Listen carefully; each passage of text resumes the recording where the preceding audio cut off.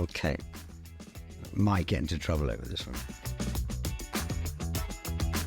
Welcome to Big Questions, Short Answers. I'm Sian. And I'm Andy, Sian's husband, asking the big life questions. And possibly adding a little bit of unsolicited advice. Maybe.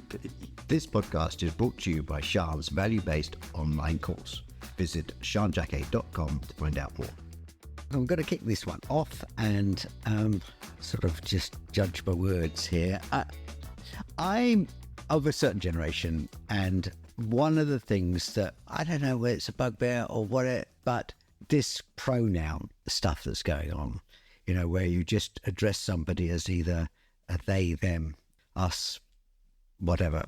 I've heard you talk about it, and I think that, well, you've got some good views. So I'm just sort of wanting to kind of get a bit more understanding about it, why it's so important, because I know millennials and everyone else thinks it's so important. I just want to get a judgment from you of why you think it's so important, why we do it. Well, you know, without getting into some kind of nightmare of trying to explain it, I'm not pretending that I actually understand it all. What I am saying is that fundamentally, I have a core belief that every individual should be allowed to be who they choose to be. My observation throughout my life is that people don't like change. They don't like anything that isn't completely identifiable by their life experience and by their values. Yes. There is a narrative which I have been dragged into on several occasions. These people, right, who want to be referred to in this way, right? Okay. That we didn't have any of this in the world before. Yeah. Youngsters are just jumping on bandwagons and all of this, right? And you're looking at me and your eyes are getting bigger, thinking, oh, yeah, that's what I think. I would respectfully suggest that all of this has, and every human being's difference has always been there. Yeah. And I think all I know is, from my experience, that there is an undeniable amount of suffering and serious lifelong suffering of not being able to celebrate and be identified in the way in which you choose to be. Yeah, but I sort of think to myself, well, yeah, that's all well and good. I'm sorry for, suffering, but it's like, why is such a small percentage of people impacting my life and my... Why are they impacting your life? Here we go. No, but it's like... How is it impacting your life? Well, I have to make a decision on LinkedIn as whether I'm referred to as a he or she or something. Oh, how hard for you. I know. Well, again, I'm going to say to you what I've said on boards when, or people who are doing marketing for companies, and there's big debates, all of this, and I just sit there smiling.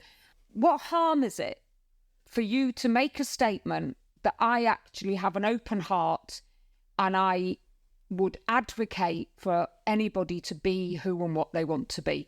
Now, after 30 odd years, if you're going to sit here and tell me that suddenly you're kind of disclosed to me discriminatory views and beliefs, right? We'll be hand in hand off to a legal office. Now, what do you see what I mean? You're doing what they do. That's the term you use. I hate that. They.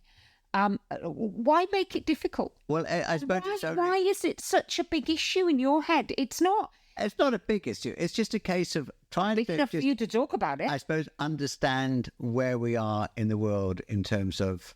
All bets are off. You can have a voice.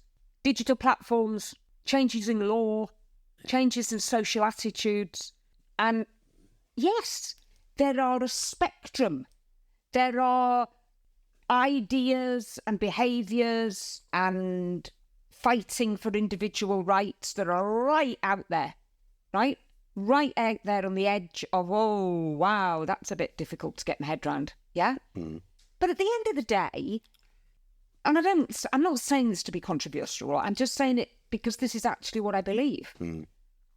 For quite a few hundred years now, if not thousands, but certainly a few hundred years, faith, organised faith, has organised and told us what's right, what's wrong, how you should be, how you shouldn't be. And It's crock. An absolute crock. Now, are there a whole generation of young people at the moment who, from some perspectives, would present as, what the hell is going on here? Why suddenly have we got all these gender fluid kids, which we didn't have before? Exactly. My argument is that it's all part of the journey of finding out who you are. But because of the world we live in now, you're actually able to ask questions. You're actually able to be different. You're actually able to educate yourself and find out, is it all as you and I, as older people, would want it to be? I don't know. But it adds a layer of complexity, doesn't it? That you think to yourself, well, do you need it? Well, you don't need to choose, do you? Because you've decided who and what you are. Yeah. You're brought up in a world. I mean, as I have said to you very often, we have 3 children.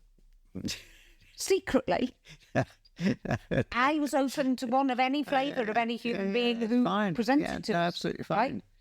Because I actually, as you know, I have experience of knowing people who have for their entire lifetime literally had to hide who and what they were. And it is one of, right up there, the most painful things I've ever seen and shared with any human being, that they were too frightened to be who they were. There is a part of me, Andy, I'm not sitting here in some pious, fold my arms, I'm more worldly than you are. That's not what this is about. There are times when my head spins with, sorry, what? That's changed? Oh, okay, right? And even I sometimes can feel like, whoa, this is all a bit much for me to get my head round. But at the end of the day, what's the problem here? There's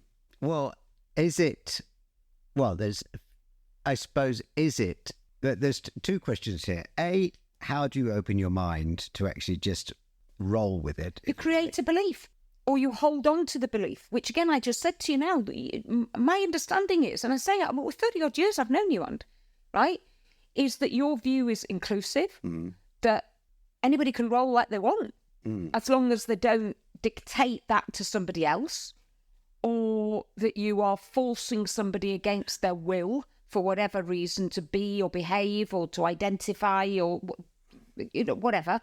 I mean, it's just very basic stuff. And so the world's changed, it's evolved, I suppose I just wondered if it just adds a layer of, complexity for kids, which they don't really need, Don't they? They don't need to know who they are. Well, because it does your head in. Yeah, I don't know. Do you see what I'm saying? Yes. I mean, what I'm actually hearing you say is, it is a bias. You really are planting yourself in that sense of bias. Actually, this is the world I know. This is the world I've lived in. I can get my head around that. Don't go changing things for me because I don't like it. So therefore, I will make a negative judgment about it. Yeah? I mean, I've read articles that have literally said, well, if you take the percentage numbers and the way it's growing and this, that and the other, then we're never going to have anybody to propagate and continue humanity. Well, maybe that ain't such a bloody bad idea. Do you see what I'm saying? I mean, it's all bloody nonsense. The most valuable and significant conversation I had was with somebody who was an educator, right? And who is a leader in a very, very well-known educational establishment. Yeah. And this was about, I don't know, must have been 5-8 years ago when the narrative of all of this started, yes? And it was the first kind of wave of gender-neutral toilets, right? Yeah. And, the bigotry that came out of the corners and the attitude. I remember sitting in front of him and I'm saying to him, so, you're running a school, how are you going to deal with it? He just looked at me and said, I've got much more important things to be focusing on as to what picture I'll put on doors. And if it means somebody feels safe and somebody feels comfortable and somebody, whoever, whatever, then can we just get over it and start focusing on things that are much more important? That is the belief that I've held on to, right? We do have to protect young people. The world they live in, they are bombarded, and that is the word, bombarded with opinions, criticisms, the latest way, the this, that and the other, and they all want to belong. They all want to identify. They all want to be heard. And rightly so, right? And it's exploded in a way that you and I can't understand. Yeah. And we can't. It doesn't matter how modern and clever we think we are. Yeah. So the bottom line is, identify as you want, be who you need to be to make yourself feel safe. The rest of us have a responsibility. When I say the rest of us, I mean people who are catching up and people who are getting their head around this, to just have an open mind, right? And don't have an open mind at your peril, because there will be a child, a grandchild, a niece, a nephew, a somebody living next door, a somebody at work, a somebody in the church, a somebody. Yeah. Right? So start opening your mind to it. Thanks very much. We'll leave it there. You could say I was a bit mad, did you then? Join us next time on Big Questions, Short Answers with Sian Jacquet and me, Andy. If you have any questions you want to ask, please send them via the website, sianjacquet.com. If you enjoyed this podcast, please subscribe and share it with everyone you know. We really do appreciate you sharing 15 minutes with us. And if you want to do a bit more learning, go on to Sian's website, sianjacquet.com. There's a course on values to create the life you truly love. I did it, and it really does do what it says on the can. See you next time.